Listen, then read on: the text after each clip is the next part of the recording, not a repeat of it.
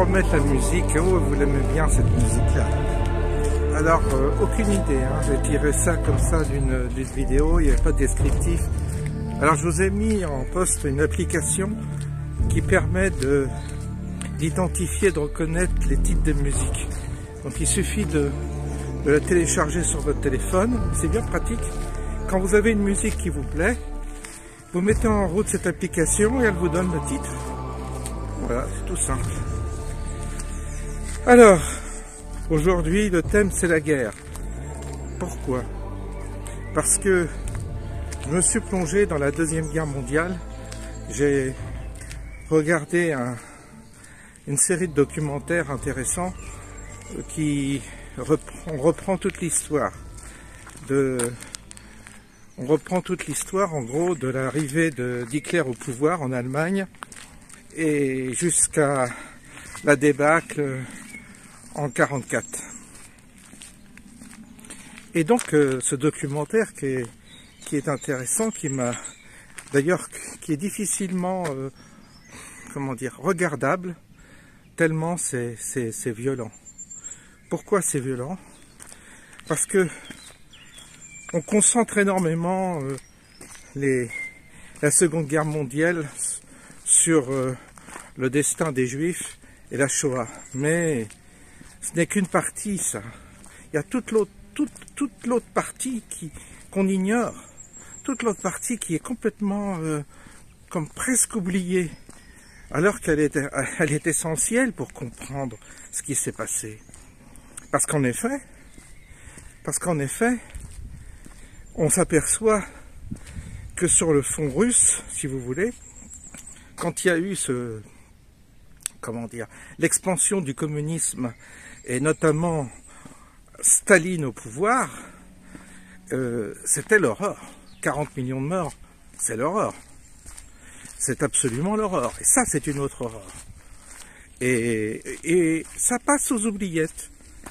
Alors, non pas qu'il faille ignorer le génocide juif, mais il est important également, non pas dans une comptabilité macabre, mais il est important de parler des victimes du stalinisme.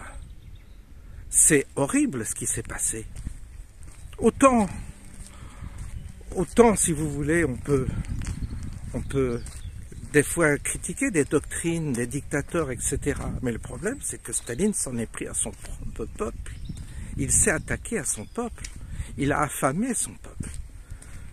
Et il a transformé son peuple il les a transformés en monstres. Il les a tellement maltraités que quand ils sont arrivés, quand ils ont déboulé dans les pays de l'Est puis l'Allemagne, il faut voir les récits. Comme des bêtes sauvages. Et c'est là que je le savais, parce que j'avais entendu mon père me parler de ça, et j'avais lu quelques livres là-dessus, mais c'est comme tout, vous savez, on oublie. Puis il suffit d'un reportage, des images d'archives pour se replonger dans cette réalité. Et vraiment, on peut dire que la guerre, c'est une forme... c'est là où s'exprime ce qu'il y a de plus bas chez l'être humain. C'est comme si on ouvrait les vannes de tout ce qui est refoulé dans l'homme. Il y a comme quelque chose de refoulé. Et il y a un moment donné, vous savez, c'est comme le film La Purge. Je ne sais pas si vous avez vu La Purge, qui était une idée intéressante, ce film-là. Parce que c'est une journée aux États-Unis qui est permise pour faire tout ce que l'on veut. Et c'est là, et donc l'idée du film est intéressante, c'est là qu'on ouvre toutes les vannes de l'inconscient, toutes les vannes de la frustration humaine. Et on y voit dans ce film s'exprimer des choses absolument abominables. Et c'est juste, l'idée est juste. Ben là, la guerre, c'est ça. Voilà. Ça arrive vite là derrière, je sais pas ce qui se passe.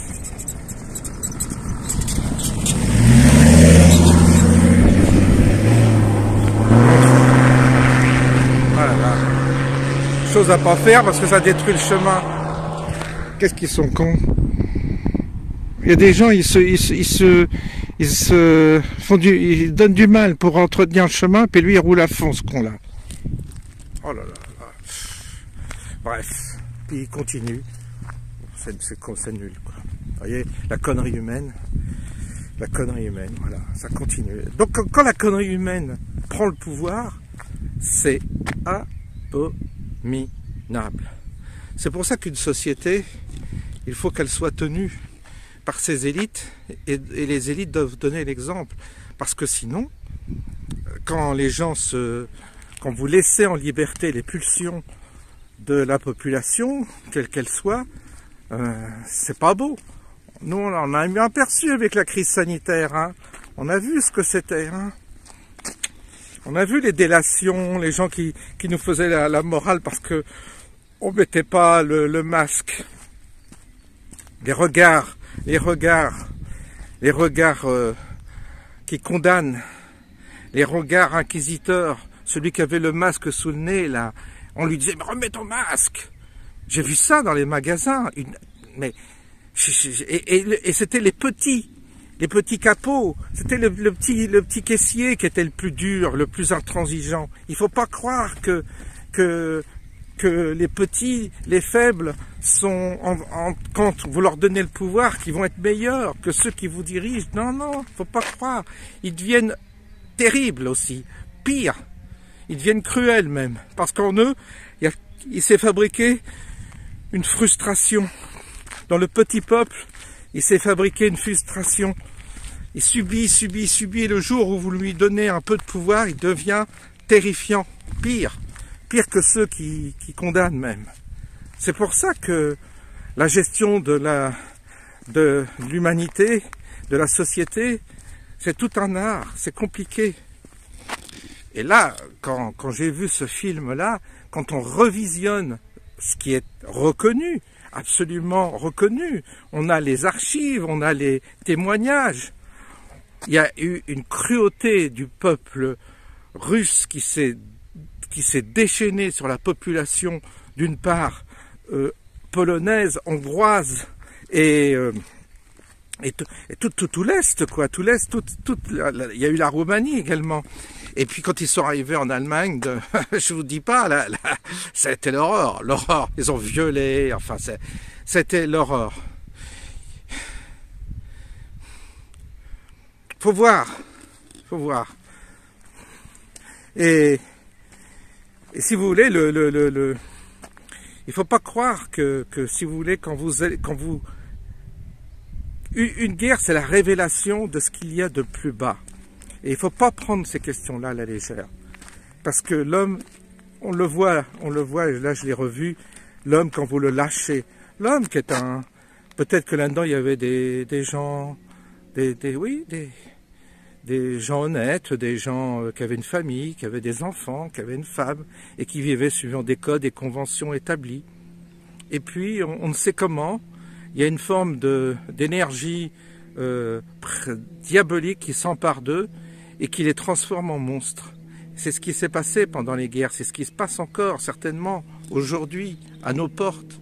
Il doit y avoir des comportements absolument abominables, que ce soit du côté russe ou du côté ukrainien. Et croyez-moi, ces peuples-là, quand ils s'y mettent, quand ils se lâchent, quand ils se défoulent, c'est pas une partie de plaisir, hein. Alors, pourquoi je vous parle de ça aujourd'hui? Je vous parle de ça parce que on est en train d'assister à quelque chose qui peut devenir monstrueux. Pourquoi? Parce que la guerre qui a eu lieu actuellement en Ukraine, la guerre, donc la pénétration des Russes en territoire ukrainien, suite à l'agacement des Russes concernant la politique de l'OTAN qui devient de plus en plus menaçante et oppressive, et ça a été interprété comme ça.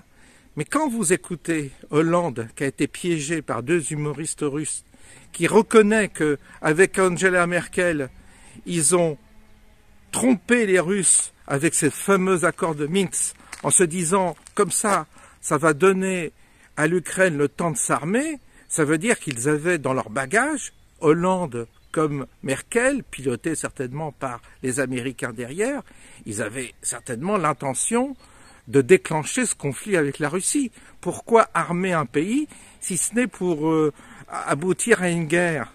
Donc il y avait forcément derrière un dessein.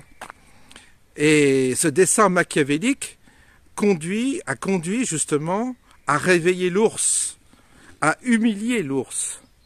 Et là, je veux en venir, parce que vous les voyez sur LCI, les guignols de LCI qui ricanent, qui rigolent, qui plaisantent. Il y a des gens qui se font tuer, ils rigolent. Les Russes, ils s'amusent toujours. Il y a toujours et puis il y a toujours ces filles ukrainiennes là, qui sont certainement financées par qui on sait, qui s'expriment comme ça, avec légèreté, avec un a priori anti-russe toujours systématique, et il n'y a aucune analyse objective, rien, c'est de la propagande. Mais avec une forme d'amateurisme et de légèreté qui est d'une indécence totale par rapport à ceux qui sont en train de mourir dans d'atroces souffrances dont on n'a aucune image actuellement, dont on n'a aucune image, je dis bien, de ce qui se passe en Ukraine. Il n'y a pas d'image, il n'y a rien qui filtre. On ne sait pas. On ne sait pas ce qui se passe sur ce terrain. Mais il y a des morts, il y a des blessés, il y a des handicapés, des jeunes. Vous savez qu'en Ukraine, c'est la déroute. L'armée, il semblerait que l'armée en a vraiment marre, que les hommes sont en train de craquer, qu'ils recrutent des jeunes de 16 ans. De 16 ans, vous entendez bien. C'est là, à notre porte. Et nous, on continue à aller chez Ikea, on continue à faire nos emplettes, à aller au restaurant, à dire « Oh, bah, ce midi, j'ai mangé telle chose, c'était très bon. Je suis allé dans tel restaurant, c'était très bien. » Continue à vivre comme ça, avec une forme de légèreté, comme si il se passait rien. Puis nous, on a des soldats, on le sait, avec les dernières fuites qu'il y a eu du Pentagone, bah, les Français sont engagés en Ukraine, des Français comme vous. Ils sont sur le terrain, ils sont belligérants. Et vous croyez quoi? Vous croyez que les Russes en face, ils sont pas informés de ça? Vous croyez qu'eux non plus, ils n'ont pas des outils de propagande? Vous croyez pas non plus que la population russe allait remonter actuellement comme un coucou quand elle voit l'arrogance de l'Occident et cette espèce d'aplomb arrogant et méprisant et russophobe qu'on a actuellement? Mais c'est de la dynamite qu'on est en train de fabriquer. Parce que quand vous avez ce type de vis-à-vis de l'adversaire, quand vous avez ce type de comportement, dans la vie on a des adversaires, mais ce qu'il faut, c'est éviter de l'humilier. C'est parce qu'on sait qu'après la guerre, il y a la paix, qu'il faut négocier la paix. Donc moins on est humiliant, plus on est apte à gérer, si vous voulez, la diplomatie et la paix. Mais quand on est engagé dans un esprit d'humiliation, quand on est engagé dans un esprit d'asservissement, quand on est engagé dans un esprit d'écraser l'autre et de l'humilier, je peux vous dire qu'au fond de vous, il y a une rage qui se développe, une rage telle que le jour où vous êtes en situation, il n'y a plus de contrôle, le jour, comme c'est le cas en tant que guerre, c'est-à-dire il n'y a plus de rien, il n'y a plus de loi, il n'y a plus de flics, là vous êtes sur le terrain de la guerre, vous faites ce que vous voulez, vous devenez un monstre. Parce que toute votre rage qui est rentrée en vous s'exprime. C'est un mécanisme aussi. Autant l'homme était capable peut-être de faire des belles choses et de se dépasser, je dirais d'un point de vue, se dépasser et devenir héroïque pour sauver les autres, autant il peut être également monstrueux, diabolique, pervers, et donc être une forme de force abominable qui se déchaîne sur un autre peuple. C'est ce qui s'est passé avec le front russe. Quand les Russes sont arrivés en Allemagne, je vous dis pas, les femmes, les enfants ont été violés, mutilés. Il y a eu des abominations de fait par les Russes qui sont arrivés, qui sont terribles. Parce que il y avait une frustration déjà terrible par rapport à leur pouvoir, par rapport au pouvoir stalinien, et certainement qu'il y avait des ethnies qui étaient un peu, comment dire, qui se sont débridées à cette occasion-là, et qui ont été mais vraiment monstrueux. On oublie tout ça. Alors, dites-vous bien que vous, oui, aujourd'hui, vous allez faire votre course, vous allez acheter votre petit meuble chez Ikea, vous allez faire vos emplettes, vous allez aller dans votre restaurant préféré, faire ripaille. Mais n'oubliez pas que actuellement, le fait de ne pas être en action par rapport à ce qui se passe actuellement politiquement, de ne pas être conscient et de ne pas se mobiliser par rapport à ce qui se passe en Ukraine, je peux vous assurer que les Russes, ils nous entendent, ils nous écoutent, ils nous voient. Ils entendent nos représentants, ils entendent nos médias. Je peux vous dire que un jour, s'ils prennent l'avantage, et là, c'est en train d'être le cas apparemment, ils seraient en train de prendre l'avantage. Ils peuvent pousser un peu plus loin que l'Ukraine, hein, on ne sait pas. Donc, on ne joue pas. Vous savez, c'est comme des enfants qui jouent avec des allumettes. Ben, c'est la même chose. On ne joue pas avec le feu. On ne joue plus avec ça. C'est une irresponsabilité terrible de jouer avec ça. Jamais, jamais nous devrions tolérer cette propagande absurde que l'on voit sur nos médias, qui attise le feu, qui attise la haine, qui attise l'esprit de revanche.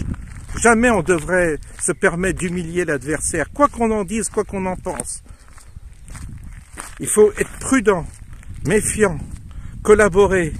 Il faut agir avec diplomatie, même en temps de guerre. Même si l'adversaire est dans son tort, il faut continuer sans se renier, sans renier ses valeurs, mais il faut malgré tout avoir un bras toujours diplomatique pour calmer le jeu, pour trouver la solution. Parce que vous avez, après, un déchaînement de monstruosité qui s'abat sur un pays. Vous savez plus où vous êtes, hein. Le petit Français avec sa 3008, là, ça risque de lui friser la tête, hein. Si un jour, on rentre frontalement en conflit avec les Russes, parce que c'est ça l'enjeu. Allons, on est à 2 doigts de rentrer, je l'ai déjà dit, on est à 2 doigts de rentrer frontalement, on y est là. On y est quasiment. Nos soldats, notre matériel militaire en Ukraine, nous sommes belligérants. Mais personne n'évoque cette question-là. Personne n'en parle. C'est quand même fou. Parce que les conséquences, je peux vous dire que les conséquences, si nous devions subir une invasion des Russes, je peux vous dire qu'on passerait un sale quart d'heure. Alors vous me direz, c'est pas possible, c'est pas possible. Ils disaient la même chose, hein.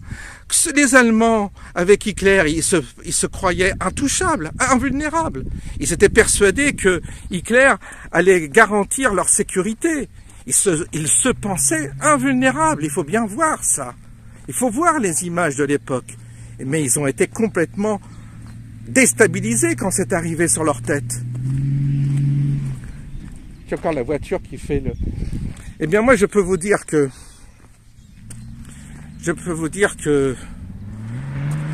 ah ben dis donc, complètement dingue. Moi je peux vous dire que tout peut arriver, et que les gens qui se drapent comme ça dans leur certitude en disant mais non ça n'arrivera jamais, ça ne vaut rien, ils n'ont aucune expertise pour vous dire ça. Ils ont, alors ce qu'ils disent, ah moi intuitivement je pense pas que ça arrivera.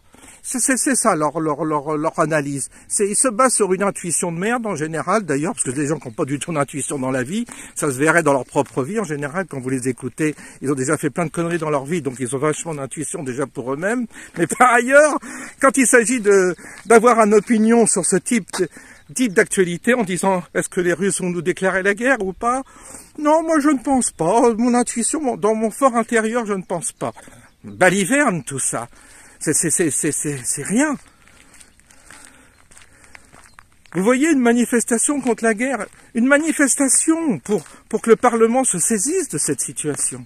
Au moins que le Parlement se saisisse. Quel Parlement? Vous allez me dire, il vaut rien ce Parlement. Ils sont dans la polémique à la petite semaine. Ils font les zigotos. Ils sont incapables de prendre le taureau par les cornes et de dire stop. Stop à l'OTAN, stop à ce qui se passe. Qu'est-ce qu'on fait? Où on va? Où on met le doigt? Dans quel engrenage on va? Quand même, ça me paraît quand même important de souligner et de soulever cette question. Pourquoi je réagis comme ça? Parce que ce documentaire réveille en moi la réalité de la guerre. Et je vous dis, la réalité, c'est comme une guerre civile. C'est terrible. C'est terrifiant. Une société qui s'effondre, c'est terrifiant. Croyez-moi. On en a eu déjà avec la crise sanitaire.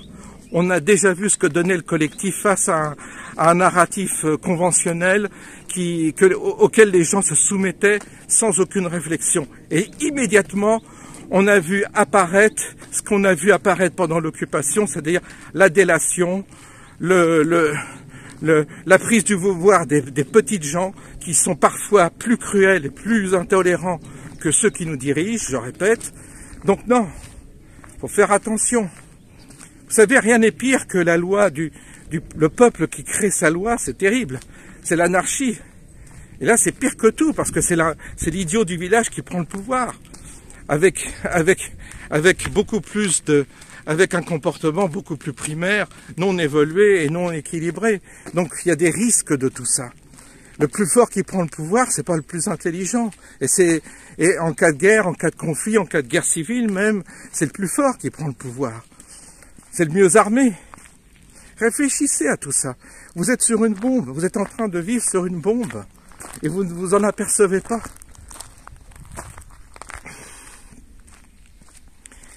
Voilà aujourd'hui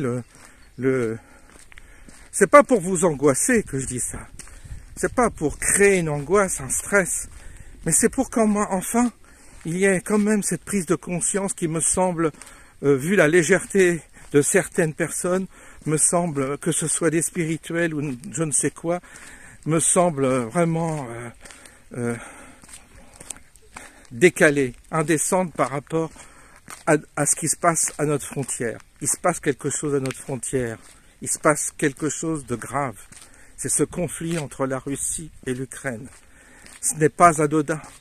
Nous sommes impliqués.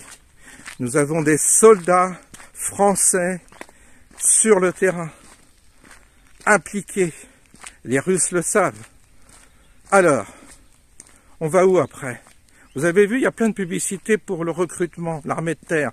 Alors, ils te font voir une femme, ils te font voir un homme, qui est sportif, tout ça. Ils te présentent l'armée vraiment sous le meilleur jour, comme si c'était une partie de plaisir.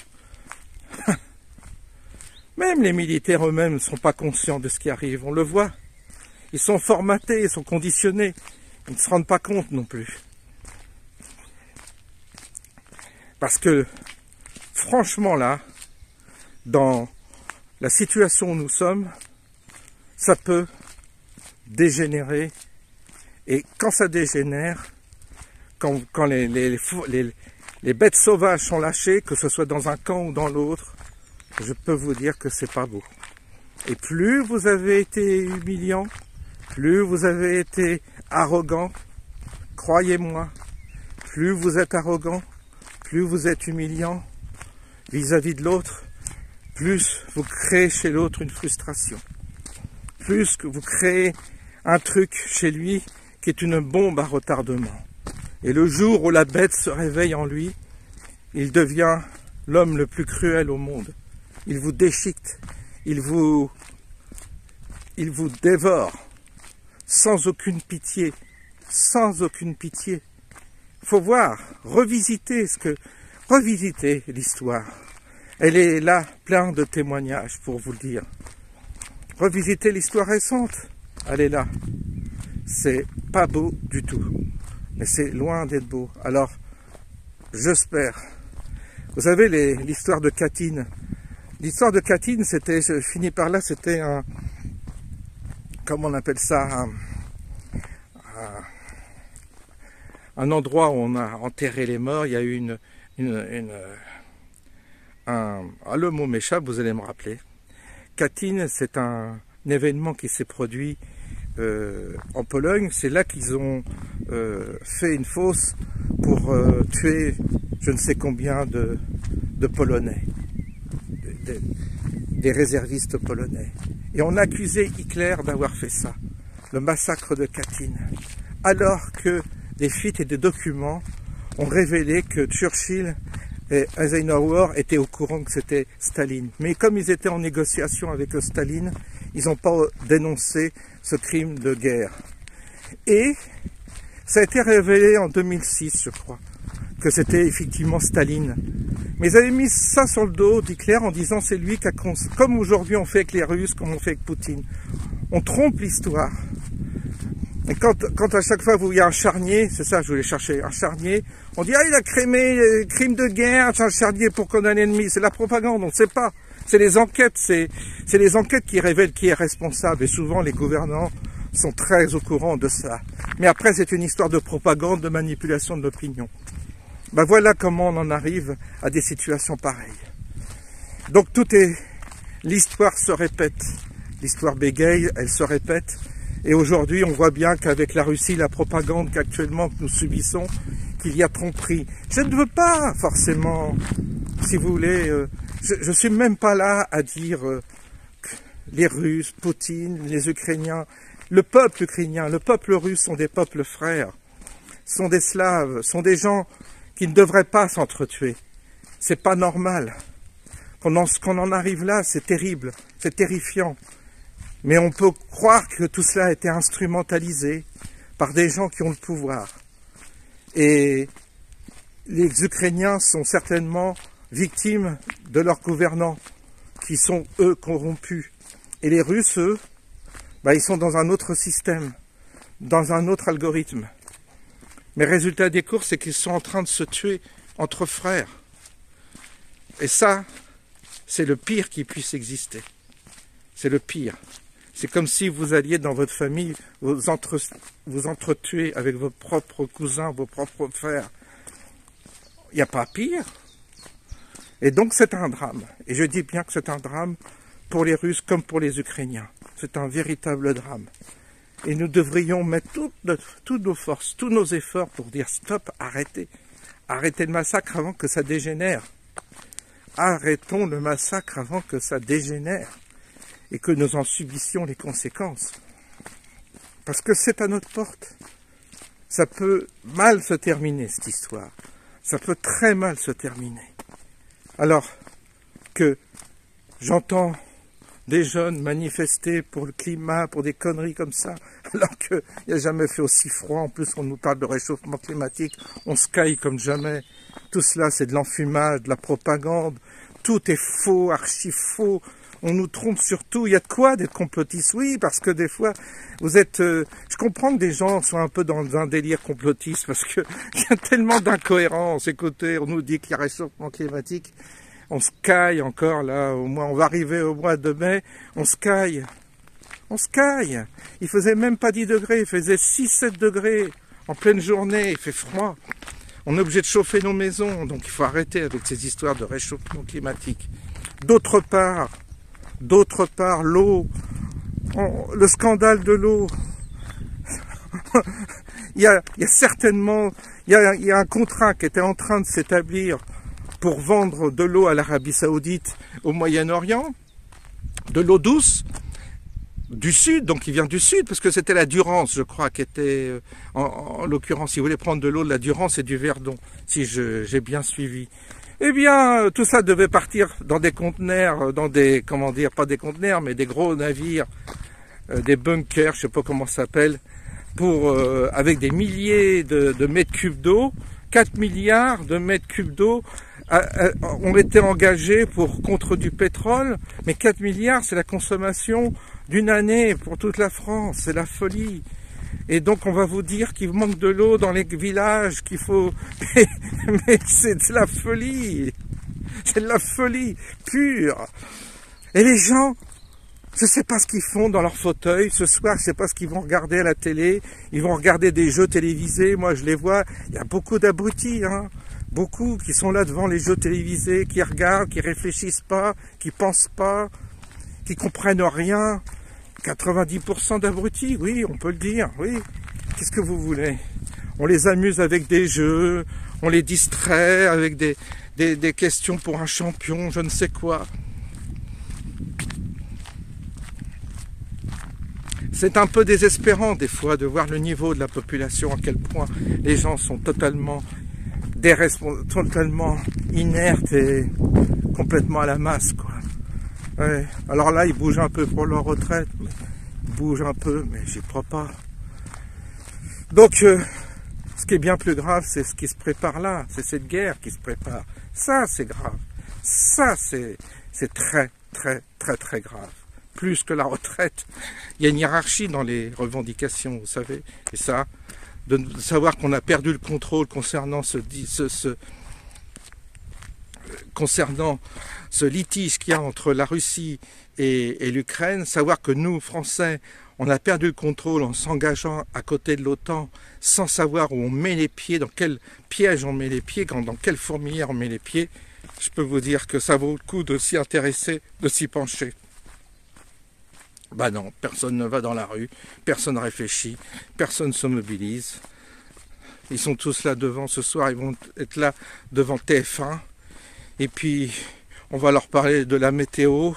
Puis ensuite, il y aura une petite anecdote. Il y aura les sports. Puis après, ils vont regarder le film du dimanche soir. Et après, ils vont aller se coucher avec une bonne tisane. Voilà. Voilà où on en est. Ouais, c'est un côté désespérant, cette humanité.